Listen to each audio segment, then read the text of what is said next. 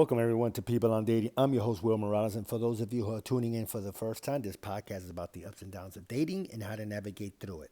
Today, my guest is Emily Goff. She is a human connection coach, writer, speaker, and host founder of the respected Top 200 podcast, Room to Grow.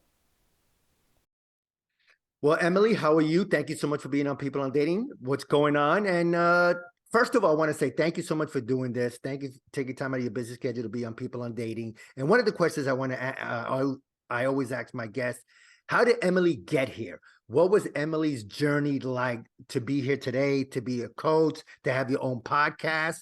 What was that journey like? Oof, that's a loaded question, William. I don't know if you know how loaded that is.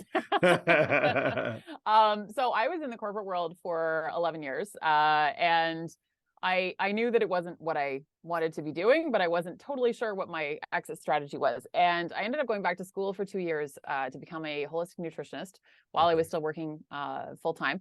And I also was teaching boot camp classes on the side, personal training, all that type of stuff. And that was how I originally launched my business back in 2017. Ended up leaving my full-time job. I was doing the online thing, and I was starting to lose interest in it. It just felt like there were more important things to be talking about, but I couldn't really figure out what I was supposed to be doing. And then the 9-year relationship that I had been in that whole time, I found out on Christmas Eve of 2018 that he had been having an affair off and on for our entire 9 years together when his previous girlfriend came to the door to inform me of this. Oh, Jesus. So I ended the relationship, sold the house, sold basically everything I owned. I packed a suitcase. I moved to Bali for a year.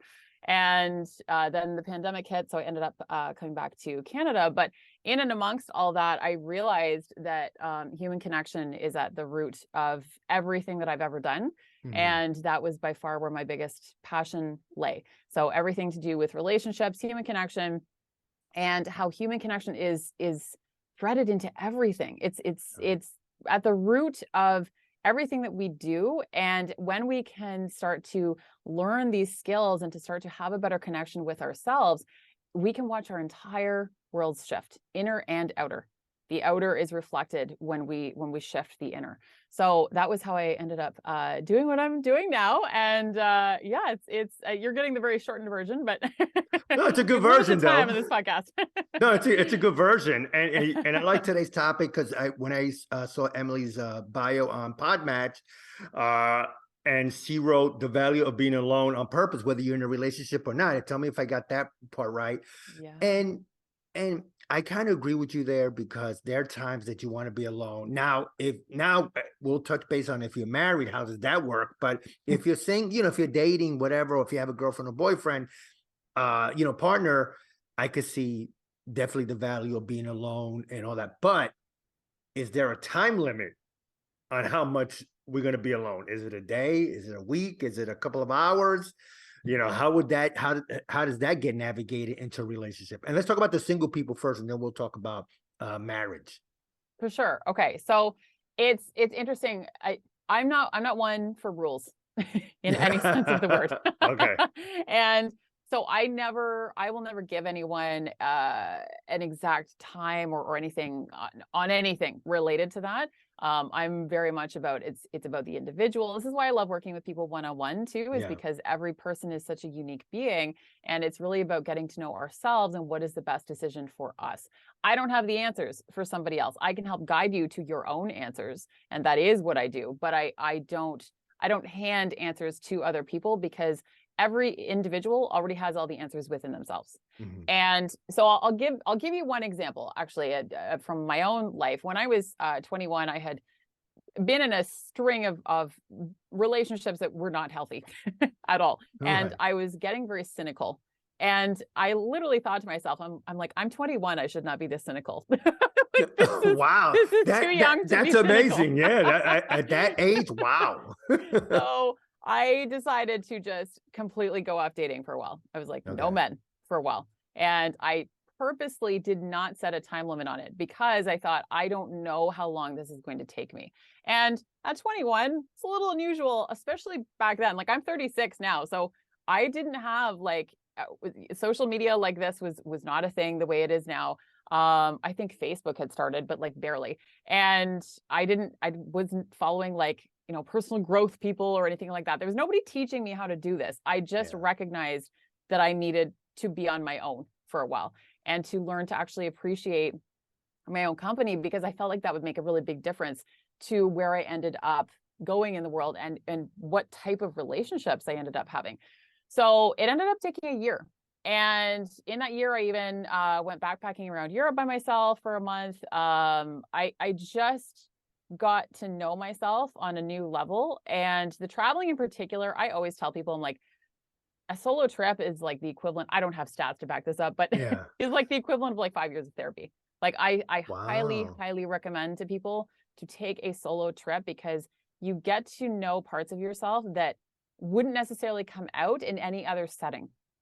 Because when we're always surrounded by the same things, the same people, the same surroundings, the same environments, we're just living in comfort. And I'm not here for comfort. I'm here for growth. And Did you, sorry, I Mhm. didn't mean to cut you, because this is No, great. go This ahead. is amazing. So, Emily, did you find yourself um or forcing yourself to talk to people, to get to know people that are a different country, different background, different religion, whatever that may be? Did you find yourself uh that you had to become more friendlier to get to know people, to make new friends? How was that journey? That's a good question, actually. I definitely was conscious to that. I'm naturally very outgoing, but I'm also very Okay. introverted. I'm an outgoing introvert. So I kind of, it's easier for me sometimes to go inward, but I do have like the very outgoing side of me in Okay. sometimes short-ish bursts. I still need a lot of alone time to like recharge. That's part of the reason why I promote alone time, but I do think there's a lot of value in it for many Right. reasons.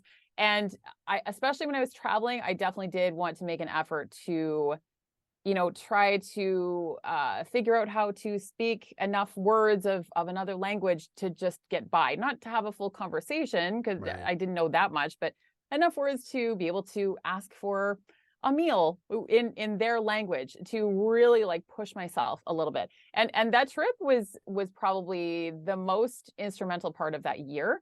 And it was shortly after that I ended up feeling like, okay, I'm ready to date. And it was like an inner knowing. It was like, okay, I just feel ready. There was no rule, there was no timeline, there was no specific goalpost that I had set for myself. It was like, you will know when you know.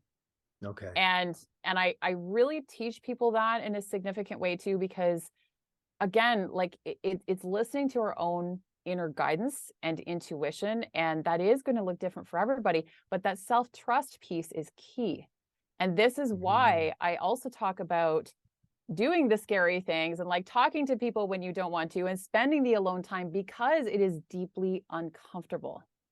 And the more we can become adjusted to being uncomfortable, the easier we will be able to navigate change. Doesn't make change easy, but Right. it means that we build the self-trust to know that we've got our own backs, that we can navigate whatever comes forth. Because the only two things that are certain in life are change and death. Right, That's it. right, right, right. Change and death are the only two things we can be certain about. If we decide that we hate change, we're gonna have a very difficult time in life. So Yeah. the You have to adjust sooner, as you go along. Yeah, I like what yes, you said. Yeah.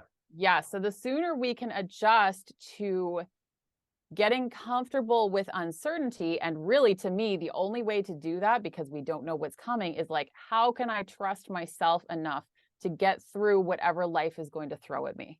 Because we are Mhm. co-creators of our lives at best. We don't control, the external circumstances. We can only control like how we show up in the world, how we behave, how we treat people, how we show up.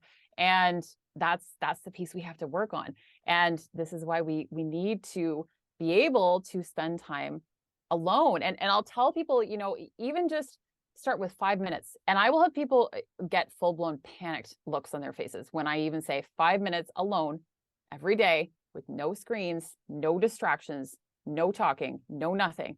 And people will panic a little bit. And I'm Yeah, like, because they're the used to more you, looking at their phones, and yeah, yeah, yeah, I get you. Okay. yes. And the more you freak out at even the idea of that, the more you need it. It's like that. I don't know if it's like a proverb or a saying where it's like, if you don't have time for 20 minutes of meditation, it means you need 2 hours or something. Yeah, yeah, And yeah. it's the same idea. Like if you freak out at the idea of 5 minutes of alone time with no distractions, you probably need 30 minutes minimum. But you can sort of set containers for yourself too. Like if you notice a lot of really uncomfortable thoughts coming up in that time frame, you can treat it like a container by say you end the 5 minutes with your favorite song. So if you set a timer, you do your 5 minutes of silence, and then you're feeling a little bit like in the feels, maybe the heavier, crunchier emotions have come up, then turn on your favorite song to like that's the closing of the container. And then you can move your body, like shake, just get it out of you, and then go on with your day and practice that. And it's like its own form of meditation in a lot of ways. Yeah, it's funny that you say that about taking the 5 minutes and no, and I put, no noise, I remember I was dating someone, this is like 10, 12 years ago, and she saw my morning routine, Emily, and we talk with Emily Goff. And she saw that I had the TV on, the radio on, the lights on, and she goes, "My God, you got so much noise." And I had no idea what she meant by that. And I'm like, "What do you mean?" She goes, "You got the TV on. Now you got to have the radio on. And then you got the lights on." And, and then little by little, I started getting it. And I'm like, holy Yeah. shoot, I always have noise. I don't think, Yeah. I don't have that alone time. So now on occasion, I'll, maybe if I'm watching TV or whatever, I'll mute it and I'll just lay down because, sometimes commercials run for 5 to 7 minutes, Yeah. so I'll sit down and I just start thinking. And yes, you're right. Thoughts will start popping up all over the place. But you know what? We got to eventually hear these thoughts, and it might be things that might be unpleasant, and you're going to have to deal with it. So when you deal with so you talked about, let's say, being single and all that, and I like that because somebody had also, and I wanted to get your opinion on this. Somebody had asked me a day or two ago, do I feel lonely? Because I'm dating and all that, but I live by myself. And I said, no, I don't even think about it. I have so many friends that take up my time that I have 3 groups of separate friends that I could always find activity. And I don't mind being alone at home on occasion, watching TV or reading or whatever it is. When you deal with the married couples, how do you navigate through that? Does somebody go to a separate room for 5 minutes or 10 minutes, or somebody needs to leave the apartment for a little while? How does that navigate it when now you're dealing with married couples? Totally. Okay. Before I answer that, I Yeah, want yeah, to circle back to something that you said about like all the noise and stuff that yeah, you realized you were listening to. yeah, yeah, There's yeah. two things there. One is that whenever anyone can't stand to either be alone or they have noise on all the time or like they have to constantly be stimulated in some way, my first That question is was what do me. you right, right. I'm like, my first question is, what are you running from? What are you Mm, running from? right. There's something there that you are unwilling to face, even on a subconscious level, and it's asking to be dealt with, and it will continue to manifest in a variety of ways in our lives until we deal with the shit. So you can prolong it, Right. but when we suppress emotions, they will come back 10 times harder to bite us in the Oh, ass later. absolutely correct. Yeah, and I was dealing with some issues with my mother. I mean, obviously, it got straightened out a little Yeah. later around that time, but it was with her, and it wasn't like I hated her or anything like that. It was just certain things when I was a kid. It was a couple of, I would think about some. I didn't want to think about some of the past relationships that I screwed up because I didn't want to commit or anything like that. So yeah, so the noise. I mean, this is after the fact, not Right. during when I was listening to them. I didn't Yes. even think about that. But when my ex told me about that, I was like, shit, you know what? She's right. I always have. So now, like, when I get up in the morning, I just relax. I just lay in bed for another 5, 10 minutes and without anything. And now it's gotten more now 10 minutes and 15 minutes. Or sometimes when I go a little running, and like here today in New York, it's supposed to be like in the low 50s. So it's a good day Mhm. to run. um I walk out and just start thinking because there's a few things I want to do. But Emily, you were right. There was a lot of shit that I blocked. And then when I started thinking, I'm like, everything popped up. I mean, it was like, Yeah. if I hate to say it, but if I felt like if I was hurling, if you know what I mean, if I was Yes. throwing Yep. up junk, personal shit. But Yep. yeah, you're absolutely right. It's got to come out. And the other piece with that too is when I said earlier, like about just listening to like my inner knowing, so many of us want to be able to hear our intuition, And we'll almost hear people talk about it like it's some foreign thing because we're like, well, how do I listen to my intuition? Like I don't understand. And Mm, you can't hear the whispers of your intuition if you have literal noise going on around you all the time. Literal or metaphorical noise doesn't matter. You can't hear it because our intuition does mm, not usually scream at us. If your intuition is screaming at you, it means that you have let it go for so long that you are probably manifesting symptoms in like a physiological way at a certain point where your body is finally trying to scream to you like something, whatever the message is, and it's coming through that way. But mm. intuition on a whole, it whispers to us, and we Yeah, have to be able to have enough space to allow the magic to come through. And we have to wow. create that space both mentally, emotionally, physically, the space around us, like whatever you need to do, clear that space and then practice the listening. So then back to your other question about the married couples. So how do married couples like cultivate the sort of alone time? This is tricky, especially if there's kids and stuff, particularly little kids. Yeah. Like it's tough, right? And you're all in the same house and everything else, especially like ever after just having lived through a period of time where all of us were all locked up together, Yeah. much more so than we wanted to be. I always tell people in that situation, I'm like, obviously, you have to do the best that you can, but maybe it means literally just going out for a walk, even a very short one, if you can.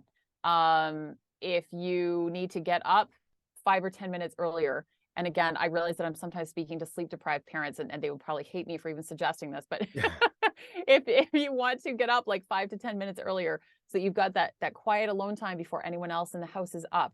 And also, again, assuming that you have like a partner, can you coordinate with them and make that part of the conversation, and each of you gift each other with that alone time? And Yeah. again, it doesn't have to be like hours at a time. Like we're talking like five to 20 minutes even, and be like, hey, I will be a better human for you and be a better partner for you, and potentially a better parent for our children if I have this 5 to 10 minutes to have just me time. Yeah. Because otherwise we can get lost in life. Just life happens, we get lost in it, and then we wake up one day and we wonder who we've become. We don't Yeah. recognize ourselves anymore. And that is also a really great way to grow apart from your partner. Like that alone time is actually really crucial to the health of the relationship. And again, it will vary. The amount of time that each person needs will vary depending on the individual. Again, it's very individual. Some people will need way more alone time than others. Others want more people time and they're perhaps more extroverted or anything like that.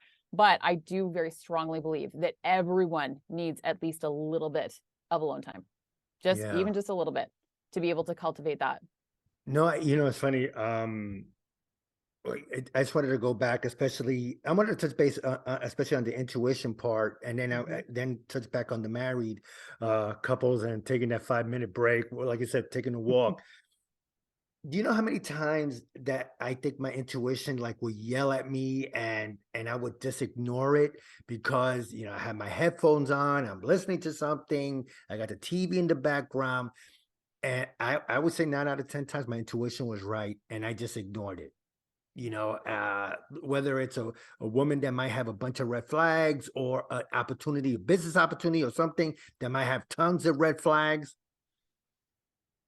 I would just damn ignore it because I have my headphones on. It seems like I can't be without my headphones. So that's how I wanted to get that out. Second, with the married, because when I did live with a couple of women at different points where we were always together, and I get that 5 minutes, man, that does help. When I was living with this one particular woman, and this is a few years ago, um, we there was a building that I lived in that had like oh, you could say like a little lounge area, and I would just go there and do some reading and or just maybe listen to a little bit of music, and that just distressed me, if that's such a word. And that's what I did.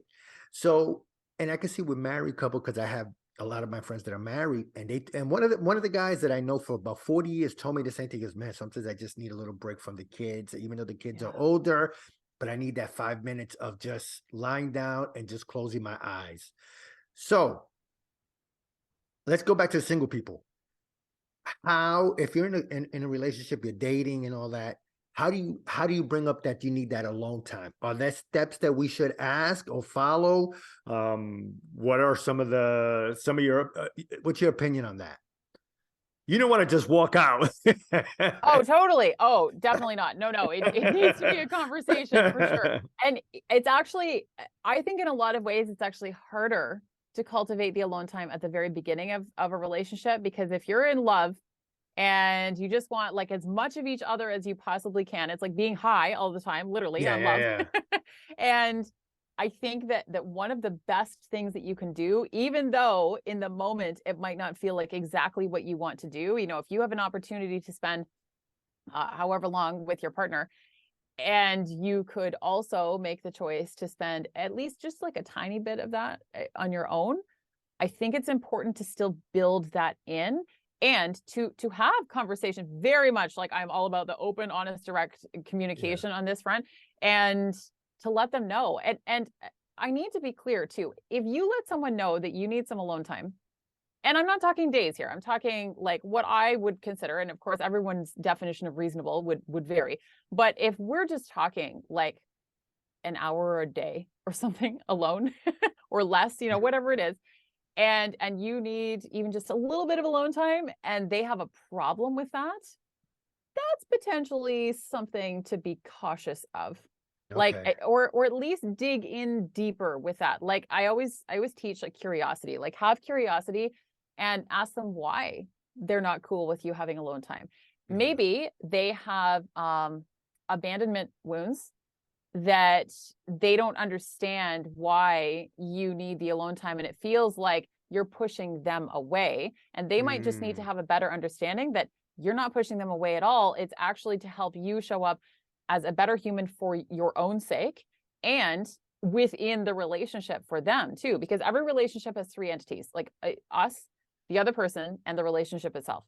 So if we can feel more grounded and centered in ourselves and in our sense of self, we're going to be able to show up better for all three entities, all three okay. across the Okay. board. Yeah. So sometimes I think that it just needs to be like asking why and digging into that more. If someone has a very adverse reaction to something that seems like a fairly reasonable request, there's more under the surface there. And it's not Okay. anything that we need to judge people around or anything like that. It's just about getting curious. Like, get curious, show compassion, have the communication, have the courage to have these conversations, and your relationship can very much flourish as a result. If we don't have these conversations and we just peace out and disappear, you're probably Yeah. going to have some problems. And I wouldn't blame your partner for being upset about that. Yeah, no, no, definitely. Okay. And you got to have the conversation. I remember, I think, oh God, must have been like 5 or 10 years ago, give or take. And I remember a buddy of mine, he was dating this girl and he said that he needed some alone time, but it was a week of alone time. Mm, And I told him, I asked him, like, did she say anything? She goes, no. And she was upset. She thinks that I don't love her anymore, but I do. But I was going through so much stuff, and they were dating. I think they were dating, if I remember correctly. okay. I might be off on that, but I think they were. I don't know if they were living together. So I might be off on that. But I know that he wanted some alone time from her. And I'm like, are you're not happy with her? I mean, what's going on? He goes, no, I'm stressed. Work sucks. So he came up with a bunch of stuff that was bothering him. He told me that she was so upset that she thought that he wanted to break up with her. Yeah. Um, and I think they ended up being okay. As Yeah. far as I know, I never brought it up again, and I haven't seen him in the last couple of years anyway. But It's if tough. It's yeah, so tough. what happens if somebody brings that up that they want a long time for a week, let alone Totally. 5 minutes or an hour? But now you're talking 7 full days, possibly. Yeah. And that again is, it needs to be part of the conversation for both of you, and really digging into the reasons why. Because again, I absolutely understand that, like, it and in my relationship, like, I will still continue to like take solo trips sometimes, I'm sure, and like stuff like that, because that's just part of who I am, and that will be a conversation that I will have with my partner whenever that ends up coming up. But I think that when we address those conversations, we need to be really conscious of giving our partners the full picture and showing up with integrity. Like, don't try to make it something that it's not. You know, if Yeah. you're just saying that you need alone time, but then you're just leaving it at that, and you're not giving them any more than that, this needs to be very open. And that may also involve like you going within to better understand why you feel you need that much alone time. And there's nothing wrong with wanting that much alone time. That's totally okay. If that's what you need, that's what you need. Like, own Right. that. But understand why you need it so that you can have that conversation with your partner. And more might come out in that conversation too. But it's going to be a lot better to have those types of conversations up front, as opposed to just letting them simmer and letting resentment build, or letting your partner like panic because they think that you're just trying to get away from them. Yeah. And we have to, both parties need to like show some understanding on both sides here. And again, like the example I gave before, like it can be quite triggering to people. So we particularly if we're talking longer stretches of time, so we just need to have the communication. And not everyone is going to be okay with it. Yeah. Like, straight up, not everybody is going to be okay with it. If you decide that you want to take off for 6 months on your own, That's your a different partner story. might not be down with it, you know, like. Yeah. You might So as well not there's come back. situations. Yeah. Yes, yes. So of course there is like a fine line, but also there's a difference between self-betrayal and compromise. Mm. Compromise is done from love. Self-betrayal is when we negotiate against our own set of values, and we give away pieces of ourselves in the process. Okay. And that's how we betray ourselves. And sometimes self-betrayal happens so subtly and so softly over time that we don't even notice it's happening until potentially years in, and then there's like this gaping hole from within. And we're like, when did Mm. this happen? Well, it didn't happen in one shot. It happened every single time, a little bit at a time. Every time we gave away a piece of ourselves, when something felt right to us, when our intuition was telling us to do the thing, when we didn't speak up for ourselves, we didn't advocate for our own needs, we didn't have the hard conversations, that's when we lose pieces of ourselves. And, you know, when we are recovering from heartbreak, it's actually, this may sound odd, but it can actually be a lot easier for most people to get over the heartbreak itself. As excruciating as it is, it can be actually a little bit easier to get over the heartbreak itself, even though it doesn't feel like it. And because you can get over the heartbreak in weeks, months, potentially years, hopefully not, but you know, Right. like however long it takes you. And again, there's no timeline on that. But the recovery from losing pieces of yourself takes a whole lot longer. Wow. And it takes a whole lot more self-forgiveness and self-compassion to get there. We can often forgive others long before we forgive ourselves. No, I agree there. Yeah. Yeah, I definitely Yeah. agree with that. I mean, first of all, Emily, I want to thank you so much for being on People on Dating. I could talk to you for another 2-3 hours. And before I let you go, just a couple more things. Talk about your podcast. Yes. Yeah. So I am the host of the Room to Grow podcast. It is very much my baby. I love it. I've been doing it since 2018, and we're like well over 350 episodes.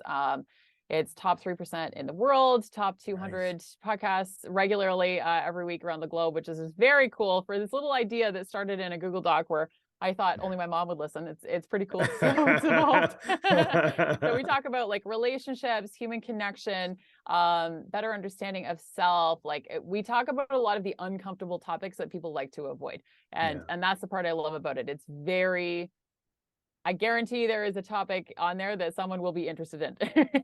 Well, I mean, listen, this topic was a good one, you know, being alone on Yeah. purpose, you know, that could be uncomfortable. So I love that.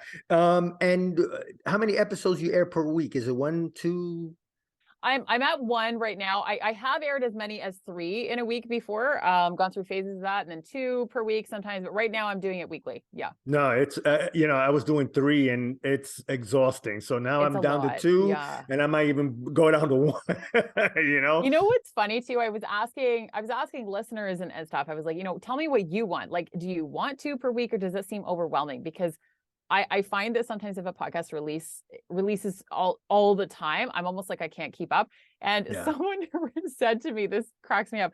They're like, I prefer 1 because if I get too behind on a podcast because there's too many new episodes coming out that I haven't gotten to, then I just never listen to it again because it's like I've hit podcast bankruptcy.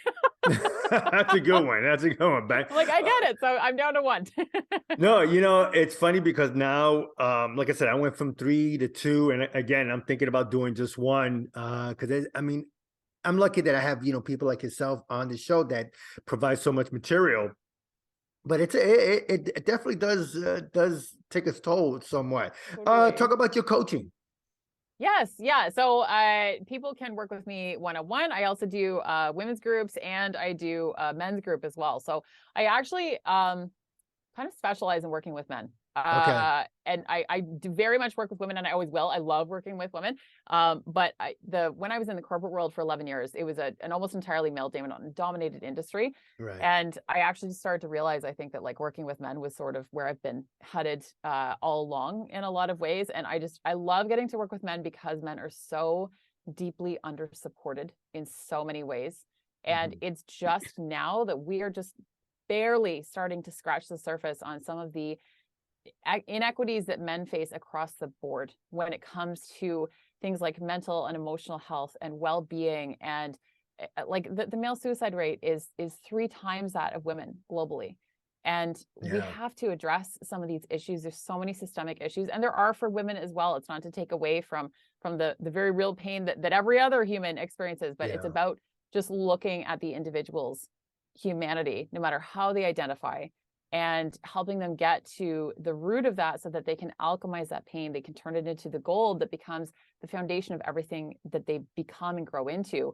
So I work with them around relationship skills, communication, self-compassion, learning to better understand yourself, working through old hurts to let them go. Yeah. Yeah. Any books? Because you have at least, I don't know, maybe 15 books in you. Maybe a series. One a month. I am co-authoring a book. We're writing it this coming April, so it should be out. I believe we're going to be releasing it in January 2024. Oh, So cool. it will be all I'll about definitely have you relationships. back on then. Yeah, I for definitely want to sure, have for you. sure. And if somebody want to get in contact with you, what's the best way? Absolutely. So easiest way is over at Instagram. I'm at Emily Goff Coach. So EMILY and then GOUGH. So it's like cough with a G. Coach, Emily Goff Coach at Instagram. You can also send me an email, and my website is emilygoffcoaching.com. So you can check me out over there too. Yeah, no, I'll definitely put it on the show notes. Well, Emily, again, thank you so much for taking time out of your busy schedule. I really, Thank really you. appreciate it. I appreciate it. Thanks so much for having me. Yeah, my pleasure. Bye-bye.